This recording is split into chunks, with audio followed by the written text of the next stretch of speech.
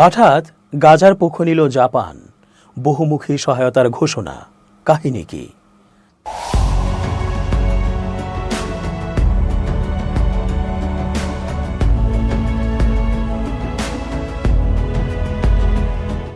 আসসালামু আলাইকুম প্রিয় দর্শক, আশা করছি আল্লাহ পাকের রহমতে ভালো আছেন।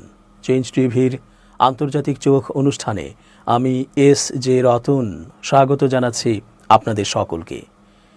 গাজা যুদ্ধে ইসরায়েলের বর্বরতার বিরুদ্ধে সভ্য দেশগুলো যথারীতি তাদের উদ্বেগ ও বিষোদ্গার ঠিকই করেছে, কিন্তু কেবল ইরান ছাড়া আর কেউই কার্যকরভাবে ফিলিস্তিনিদের সাহায্যে এগিয়ে আসেনি, ইসরায়েলের বিরুদ্ধে যুদ্ধে জড়ায়নি অথবা কৌশলগত চাপও প্রয়োগ করেনি। বিশ্বে 57টি মুসলিম দেশ ও 200 কোটি মুসলমান থাকলেও গাজাকে কিভাবে ইসরায়েলি বাহিনী এক বৃহৎ কবরস্থানে পরিণত করেছে তা এক কষ্টদায়ক বিস্ময়। পাখির চোখে গাজার পুরো অঞ্চলটির দিকে তাকালেই বোঝা যায় কত নির্মমতা ও ধ্বংসযজ্ঞ চলেছে। সবাই সেটা দেখছে, দেখেই যাচ্ছে, কিন্তু সবাই মিলে যে ইসরায়েলকে থামাবে সেই চিন্তা যেন কারো মাথায় আসেনি। যখন যুদ্ধবিরতির চিন্তা করা হলো বা আপাতত কার্যকর হলো, ততক্ষণে গাজায় সব শেষ। ভেঙে পড়া দু একটা মসজিদের মিনার চোখে পড়া ছাড়া সব কিছু মাটির সাথে মিশিয়ে দেওয়া হয়েছে। গাজাবাসীর নিজের ভূমিতে ইসরায়েলি বাহিনী দখলদার হয়ে এমন অমানবিকতা চালিয়েছে, এটা বোঝার পরও কেউই তাদের হৃদয়ে ন্যায় বিচারের তাড়না অনুভব করেনি। অবশেষে ভঙ্গুর এই গাজায় সাহায্য ও সহযোগিতার জন্য বিশ্বের প্রযুক্তি জ্ঞানের আঁতুড়ঘর ও কঠিনভাবে নিয়ম মেনে চলা রাষ্ট্র জাপান কাজ করার পরিকল্পনা করছে। জাপানের প্রধানমন্ত্রী শিগেরু ইশিবা এবার গাজার পাশে দাঁড়ানোর ঘোষণা দিয়েছেন। যুদ্ধে আহতদের চিকিৎসা এবং গাজার শিক্ষার্থীদের উচ্চশিক্ষায় জাপান নতুন পদক্ষেপ নিয়েছে বলে জানান তিনি।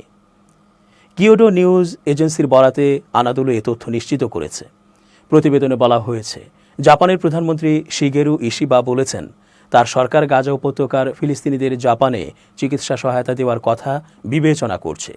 ইশিবা আরও বলেন, গাজায় অসুস্থ বা আহত ব্যক্তিদের জাপানে আনার উপায় খুঁজে বের করার জন্য আমরা চেষ্টা করছি। জাপানি বিশ্ববিদ্যালয়গুলিতে ফিলিস্তিনি শিক্ষার্থীদের পড়াশোনার জন্য একটি বিশেষ কর্মসূচি চালু করার চেষ্টা করবে জাপান। এছাড়া গত মাসে মালয়েশিয়া সফর করেন ইশিবা। তখন তিনি বলেছিলেন তার দেশ ফিলিস্তিনিদের উন্নয়নে সহায়তা করবে। পরে মালয়েশিয়ার প্রধানমন্ত্রী আনোয়ার ইব্রাহিম জানান তার সরকার 2023 সালের অক্টোবর থেকে ইসরায়েলের গণহত্যার যুদ্ধে ধ্বংসপ্রাপ্ত গাজায় হাসপাতাল, স্কুল এবং মসজিদ পুনর্নির্মাণের জন্য জাপানের সঙ্গে মিলে একটি তহবিল গঠন করবে। বর্তমানে গাজা যুদ্ধে বিরতি চলছে। বিশ্লেষকরা জানাচ্ছেন এটা দীর্ঘমেয়াদী হলেই উত্তম হবে।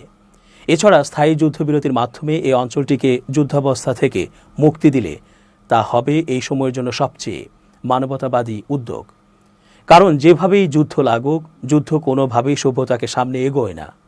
তাই বিশ্বে শান্তি ও মানবিকতা প্রতিষ্ঠায় যুদ্ধ বন্ধের অন্য কোনো বিকল্প নেই। গাজায় দ্বিতীয় ধাপের যুদ্ধবিরতি চুক্তি নিয়ে আলোচনার জন্য কাতারের রাজধানী দোহায় একটি উচ্চ পর্যায়ের প্রতিনিধি দল পাঠানোর প্রস্তুতি নিচ্ছে ইসরায়েল। মঙ্গলবার 4 ফেব্রুয়ারি দেশটির প্রধানমন্ত্রী বেনিয়ামিন নেতানিয়াহুর কার্যালয় এ তথ্য জানিয়েছে। এক প্রতিবেদনে আরব নিউজ বলেছে, মঙ্গলবার প্রধানমন্ত্রী বেনিয়ামিন নেতানিয়াহুর কার্যালয় জানিয়েছে গাজা যুদ্ধবিরতি চুক্তির দ্বিতীয় ধাপ নিয়ে আলোচনা করার জন্য কাতারের রাজধানী দোহায় একটি উচ্চ পর্যায়ের প্রতিনিধি দল পাঠানোর প্রস্তুতি নিচ্ছে ইসরায়েল। গত 19 জানুয়ারি কার্যকর হওয়া 42 দিনের যুদ্ধবিরতি এবং বন্দি বিনিময় চুক্তির শর্তাবলী অনুসারে যুদ্ধের সম্ভাব্য সমাপ্তির পথ প্রশস্ত করার জন্য দ্বিতীয় পর্যায়ের আলোচনা মঙ্গলবার থেকে শুরু হওয়ার কথা রয়েছে। এদিকে যুক্তরাষ্ট্র সফরে গিয়েছেন ইসরায়েলি প্রধানমন্ত্রী বেনিয়ামিন নেতানিয়াহু। সেখানে হামাসের সঙ্গে দ্বিতীয় ধাপের যুদ্ধবিরতি চুক্তির মধ্যস্থতা নিয়ে ট্রাম্প প্রশাসনের সঙ্গে আলোচনা শুরু করবেন বলে আশা করা হচ্ছে বলে জানিয়েছে ওয়াশিংটনে ট্রাম্প প্রশাসনের কার্যালয়। ওয়াশিংটনে যাত্রার আগে নেতানিয়াহু সাংবাদিকদের বলেন তিনি মঙ্গলবার যুক্তরাষ্ট্রের প্রেসিডেন্ট ডোনাল্ড ট্রাম্পের সঙ্গে সাক্ষাতের সময় হামাসের বিরুদ্ধে বিজয়, ইরানের সঙ্গে লড়াই এবং সমস্ত জিম্মিকে মুক্ত করার বিষয়ে আলোচনা করবেন। যুদ্ধবিরতির মধ্যেও ইসরায়েল তাদের দখলদারিত্বের ক্ষুধা ধরে রেখেছে, চালাচ্ছে হামলা। অধিকৃত পশ্চিম তীরে বিশেষ করে জেনিন শরণার্থী শিবিরে ইসরায়েলের সামরিক অভিযানের নিন্দা জানিয়েছে ইরান। মঙ্গলবার 4 ফেব্রুয়ারি এক প্রতিবেদনে এ তথ্য জানিয়েছে মেহের নিউজ এজেন্সি। প্রতিবেদনে বলা হয়েছে, ইরানের পররাষ্ট্র মন্ত্রণালয়ের মুখপাত্র ইসমাইল বাঘাই অধিকৃত পশ্চিম তীরে ইসরায়েলি হামলা বৃদ্ধি নিয়ে গভীর উদ্বেগ প্রকাশ করেছেন। সেই সঙ্গে ফিলিস্তিনি বেসামরিক নাগরিকদের লক্ষ্য করে ইসরায়েলি সহিংসতার নিন্দাও জানিয়েছেন। ফিলিস্তিনি বেসামরিকদের হত্যা, গণগ্রেফতার এবং ফিলিস্তিনিদের ঘর বাড়ি ধ্বংসসহ ইসরায়েলি সরকারের ব্যাপক মানবাধিকার লঙ্ঘনেরও নিন্দা করেছেন তিনি। গাজা যুদ্ধবিরতির মধ্যে পশ্চিম তীরে ইসরায়েলি গণহত্যা জোরদারের বিষয়ে জাতিসংঘের মানবাধিকার কর্মকর্তাদের, বিশেষ করে ফিলিস্তিনি অধিকার বিষয়ক বিশেষ দূতের সতর্কবার্তা উল্লেখ করে আন্তর্জাতিক সম্প্রদায়কে, বিশেষ করে ইসলামী ও আঞ্চলিক দেশগুলোকে দখলদার ইসরায়েলি সরকারের নৃশংসতা রোধে গুরুতর পদক্ষেপ নেওয়ার আহ্বান জানিয়েছেন তিনি। ইসমাইল বাঘাই ফিলিস্তিনিদের গণহত্যা বন্ধে জাতিসংঘ এবং জাতিসংঘের নিরাপত্তা পরিষদের অব্যাহত নিষ্ক্রিয়তার সমালোচনা করেছেন। তিনি যুদ্ধাপরাধ এবং আন্তর্জাতিক আইনের অন্যান্য গুরুতর লঙ্ঘন বন্ধে তাদের আইনি ও নৈতিক দায়িত্ব পালনের জন্য রাষ্ট্রনেতাদের আহ্বান জানান। গাজার সরকারি তথ্য অফিস জানিয়েছে, নিখোঁজ থাকা 14,000-এর বেশি মানুষকে মৃত বলে ধরে নেওয়া হয়েছে। এতে উপত্যকা জুড়ে দখলদার ইসরায়েলের হামলায় নিহতের সংখ্যা 61,709 জনে পৌঁছেছে। গাজা তথ্য অফিসের প্রধান সালামা মারুফ রোববার এই পরিসংখ্যান প্রকাশ করেন। তিনি বলেন, যুদ্ধে নিহত ফিলিস্তিনিদের মধ্যে 76% মরদেহ উদ্ধার করে চিকিৎসা কেন্দ্রে নিয়ে যাওয়া সম্ভব হয়েছে, যাদের সংখ্যা 47,487 জন। তবে এখনও অন্তত 14,222 জন ধ্বংসস্তূপের নিচে আটকে থাকতে পারেন বা এমন এলাকায় রয়েছেন যেখানে উদ্ধারকর্মীরা পৌঁছাতে পারেননি। তাদেরকে মৃত বলে ধরে নেওয়া হয়েছে। গাজা সিটির আল শিফা হাসপাতাল থেকে দেয়া বক্তব্যে সালামা মারুফ জানান, নিহতদের মধ্যে 17,881টি শিশু রয়েছে। এদের মধ্যে নবজাতক ছিল 214টি। গাজার মিডিয়া অফিসের প্রধান আরও জানান, ইসরায়েলি বাহিনী 6,000-এরও বেশি ফিলিস্তিনিকে আটক করেছে এবং তাদের মধ্যে কয়েক ডজনকে আটক অবস্থায় নির্যাতন করে হত্যা করেছে।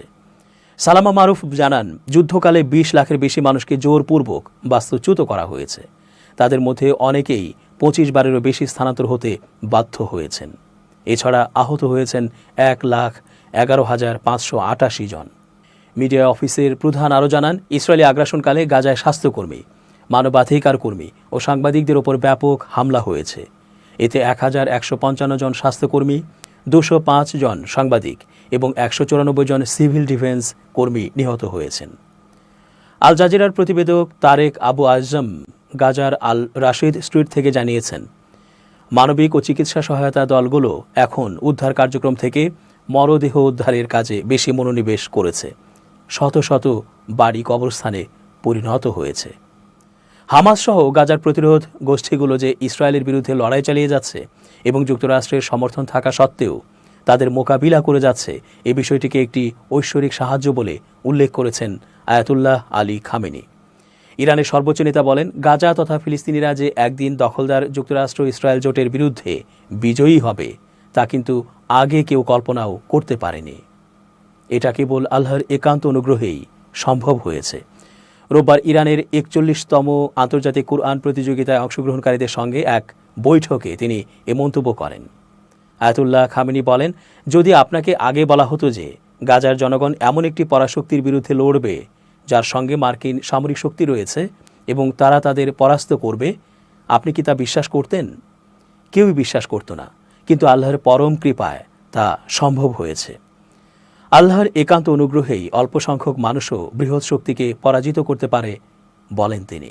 আপাতত গাজায় থেমে গেছে যুদ্ধ, আর নেই ক্ষেপণাস্ত্র আঘাত হানার মুহুর্মুহু শব্দ।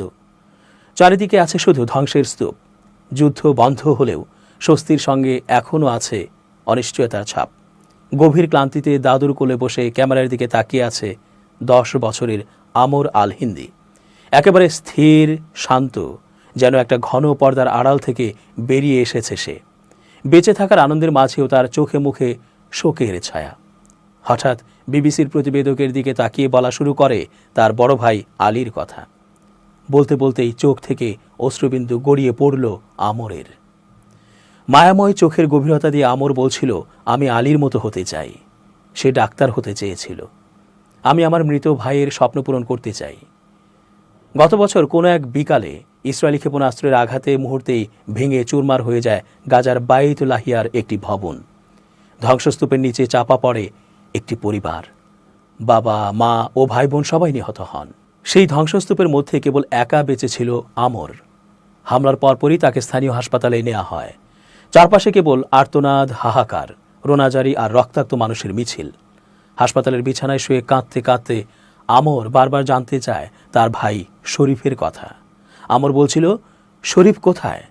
পাশে থাকা নার্স সান্ত্বনা দিয়ে বলে, শরীফ ঠিক আছে, আমি তোমাকে তার কাছে নিয়ে যাব। কিন্তু শরীফকে আর ফিরে পায়নি আমর। খুঁজে পায়নি তার আরেক ভাই আলী, বোন আসিল ও মা বাবাকেও। একটি হামলায় শেষ হয়ে গেছে পুরো পরিবার। যুদ্ধবিরতির ঘোষণা কার্যকর হওয়ার পর বিবিসি আমরের খোঁজ নিতে যায়। সে সময় আমর তার দাদা দাদির কাছে ছিল। এই আমরই এখন তাদের শেষ আশ্রয়। আমরের বেঁচে থাকার আনন্দের মাঝেও লুকিয়ে আছে এক গভীর ক্ষত। আমরের পায়ের 3টি আঙুল কেটে ফেলতে হয়েছে। তারপরও সে হাঁটার চেষ্টা করছে ধীরে ধীরে। আমর তার দাদুর কোলে বসে আলীর কথা বলে। আলী ডাক্তার হতে চেয়েছিল। সে জর্ডানে গিয়ে পড়াশোনা করার স্বপ্ন দেখত। কথাগুলো বলতে বলতে হঠাৎ থেমে যায় আমর। তারপর কান্নায় ভেঙে পড়ল। এরপর আবারও বলছিল, আমি আলীর মতো হতে চাই, তার স্বপ্ন পূরণ করতে চাই, জর্ডানে গিয়ে ডাক্তার হতে চাই। কান্নায় ভেঙে পড়া আমরের দাদা তৎক্ষণাৎ তাকে জড়িয়ে ধরে গালে চুমু দিয়ে বললেন, দাদু ভাই, তোমার কিছু হবে না। এক হাতে বুক চাপড়ে সান্ত্বনা দিচ্ছিলেন আমরের দাদা। গাজার যুদ্ধ কেবল ভূখণ্ডের দখলই কেড়ে নেয়নি, জীবনের স্বপ্ন, ভালোবাসাকেও ছিনিয়ে নিয়েছে।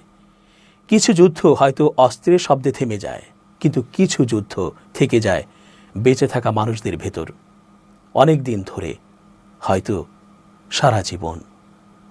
দর্শক, আজকের মতো শেষ করছি এখানেই। ধন্যবাদ।